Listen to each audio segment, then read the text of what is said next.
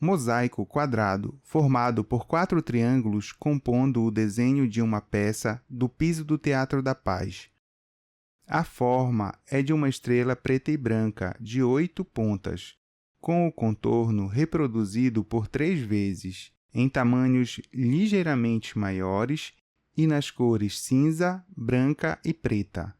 No último contorno entre as pontas, tem uma nova ponta, deixando a estrela com 16 pontas. Bela Belém.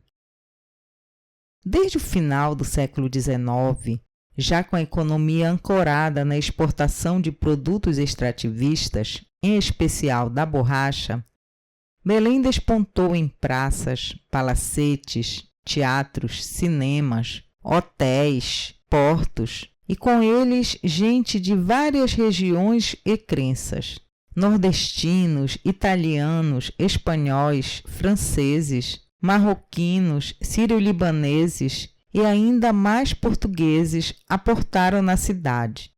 Em diferentes condições, tais grupos vivenciaram uma cidade plural e nela imprimiram marcas de suas tradições e culturas. Mas será que as transformações na cidade eram igualmente usufruídas por todos? Afastada para regiões distantes da reforma urbana, a população pobre ocupou áreas periféricas, em geral alagadas, cercadas por aningais, açaizeiros, vegetação e animais próprios desses ambientes. Além da ausência de urbanização, essas áreas foram comumente associadas à proliferação de doenças e as pessoas que lá habitavam tidas como potenciais transmissoras de moléstias. Os idealizadores da cidade, abre aspas, das mangueiras, fecha aspas, entendiam as águas abundantes da região amazônica como um problema.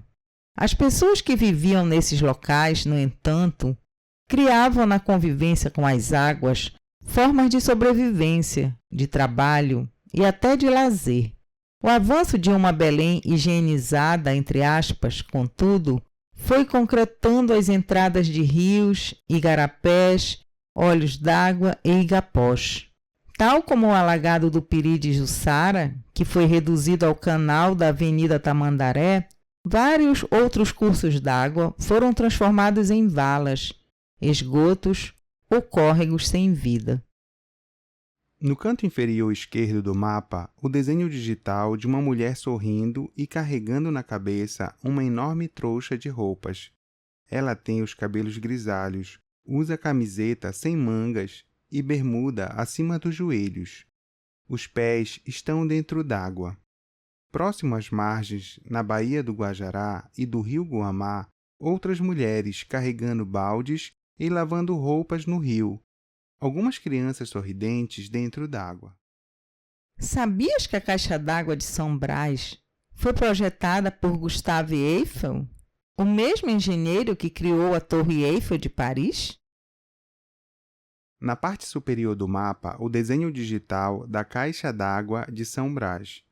A estrutura tem 20 metros de altura e é feita de ferro forjado na forma cilíndrica e sustentada por colunas de ferro fundido. Entre as colunas, finas barras de ferro cruzadas em X. Desenho digital de um aguadeiro, de um poço e de crianças empurrando um barril com água.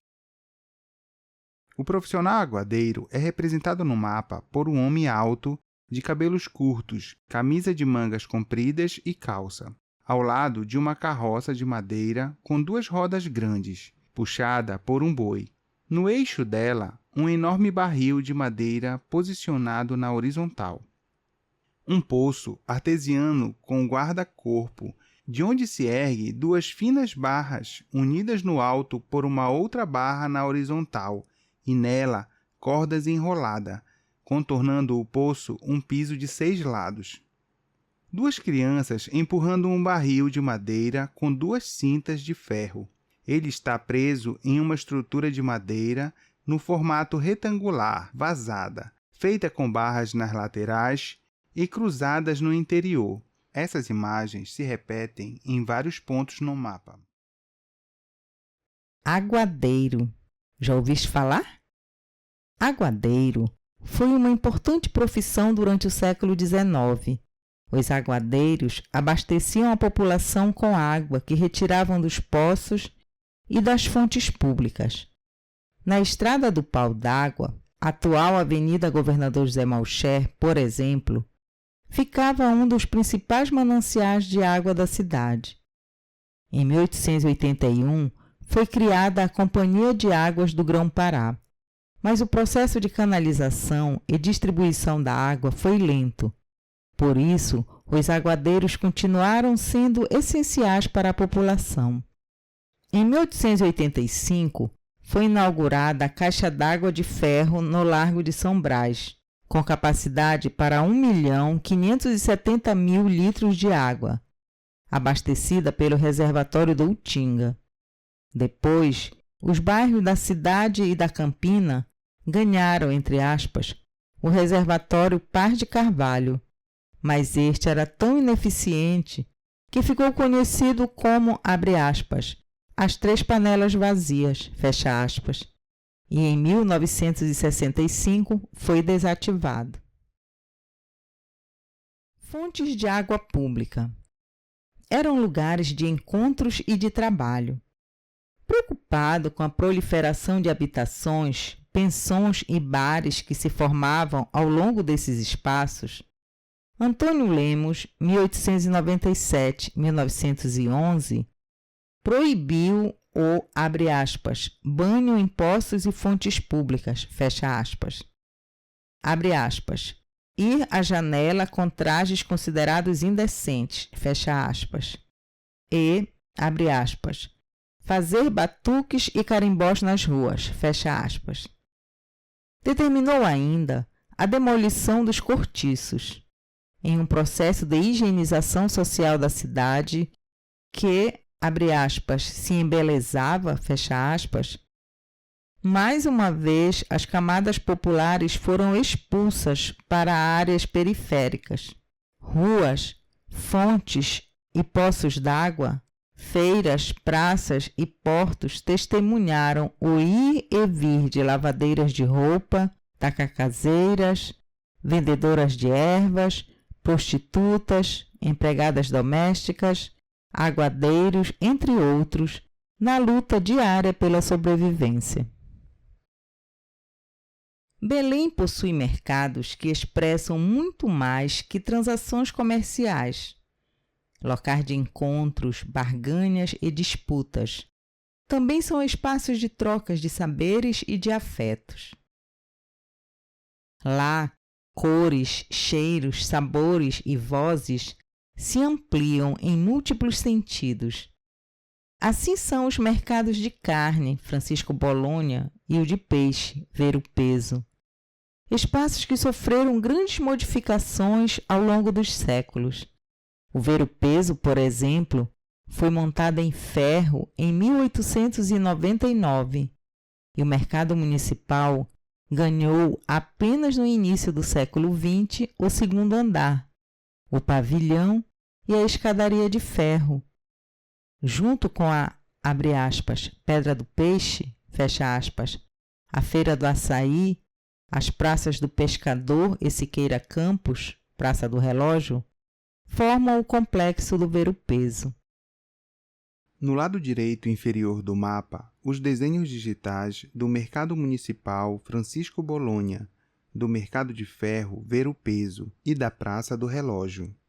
O primeiro é o Mercado de Carne. Está localizado na Rua Boulevard Castilho França. Tem a cor branca e 2 andares. A parte externa é de alvenaria com muitas portas em arco. A principal é maior do que as demais. Acima delas, 3 janelas e um frontão triangular. A parte interna do mercado é formada por enormes pavilhões de ferro pintados na cor verde. No centro do mercado, uma área aberta com um pequeno pavilhão e uma escada caracol de acesso a um mirante circular. O segundo é o mercado de peixe, localizado na mesma rua, às margens da Baía do Guajará. O prédio de ferro tem o formato retangular. O telhado do mercado feito de telhas de cerâmica. Muitas portas e janelas de diferentes tamanhos, com a parte superior em forma de arco, com flores decorativas no estilo Art Nouveau.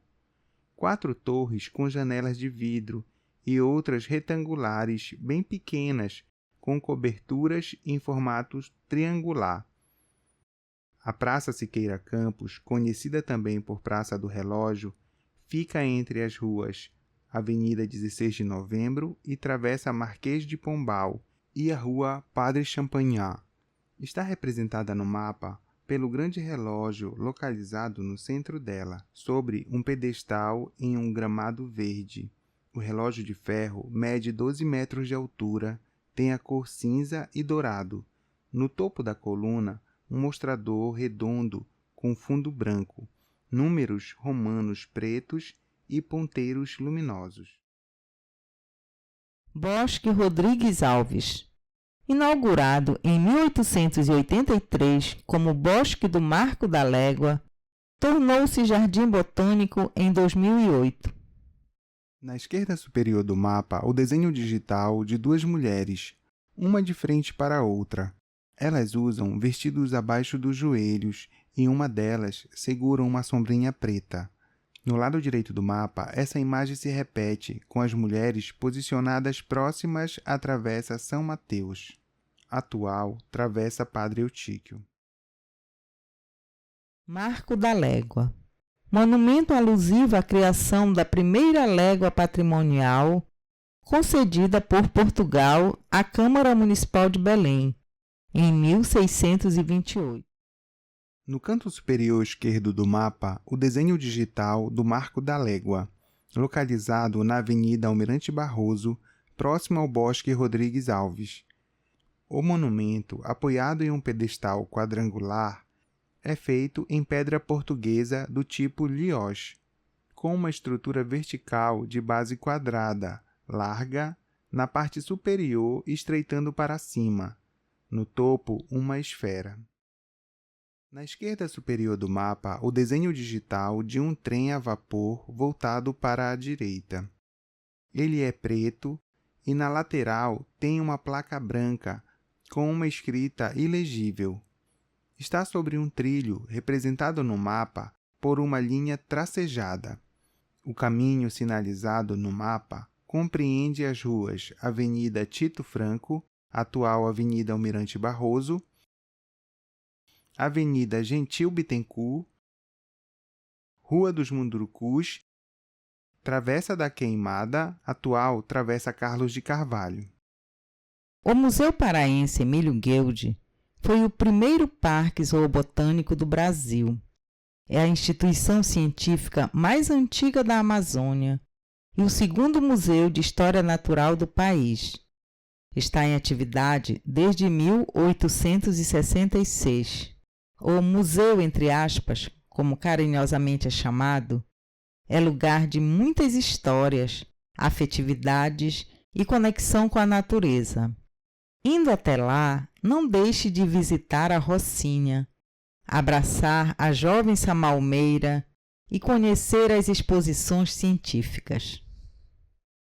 Desenho digital do Museu Paraense Emílio Gueldi, localizado na Avenida Magalhães Barata, no bairro de São Brás.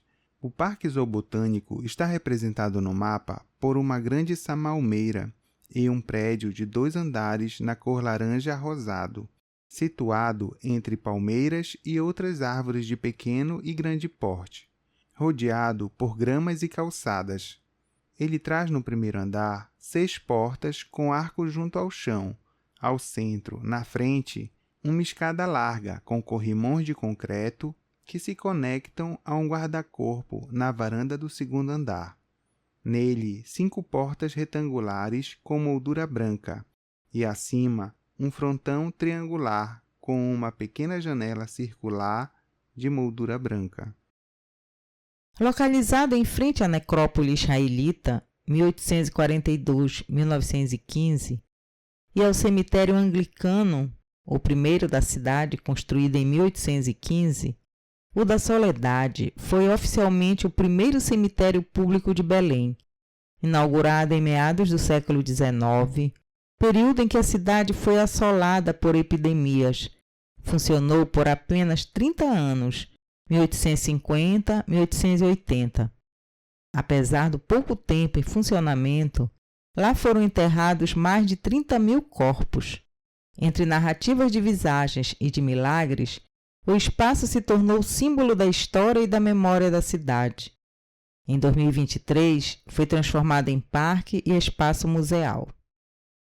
Inaugurado em 1912, o Cine Olímpia completava o espaço de sociabilidade das elites da época, que incluía o Grande Hotel, os Teatros da Paz e Odeon, as lojas de produtos importados como as Paris na América e Casa Outeiro, os palacetes e as praças da República e Batista Campos. Em 2006, ele foi transformado em espaço municipal Cine Olímpia e permanece como uma importante referência cultural e de afetividades para a cidade. Na parte central do mapa, os desenhos digitais do Cine Olímpia, da Praça da República, do Teatro da Paz, das lojas Paris na América e Casa Outeiro, do Palacete Bolonha e da Praça Batista Campos. O Cine Olímpia, localizado na Avenida Presidente Vargas, em frente à Praça da República, traz no mapa a fachada original branca com frontão em arco. Na parte superior, em letras pretas, a palavra Olímpia. Na parte inferior, paredes laterais e uma porta larga dividida por duas finas colunas de concreto. Na parte direita do mapa, sobre um trilho representado por uma linha vermelha, o desenho digital de um bonde na cor branca, voltado para a esquerda. Ele tem muitas janelas e nele duas pessoas próximo ao volante e uma pessoa perto da porta aberta. O caminho do bonde, sinalizado no mapa, compreende as ruas Avenida Tito Franco, antiga Estrada de Bragança e atual Avenida Almirante Barroso. Avenida da Independência, antiga Estrada do Utinga e atual Avenida Nazaré.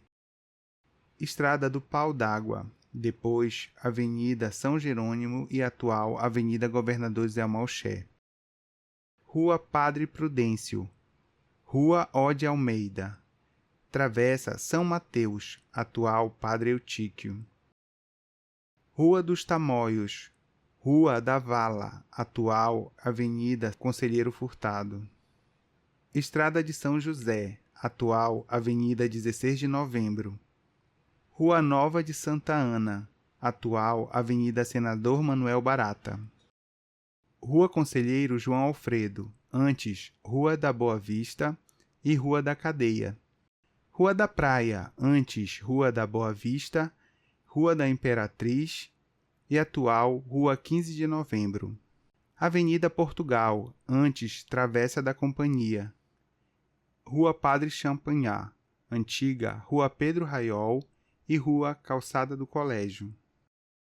Rua Doutor Malché, antiga Rua dos Cavaleiros.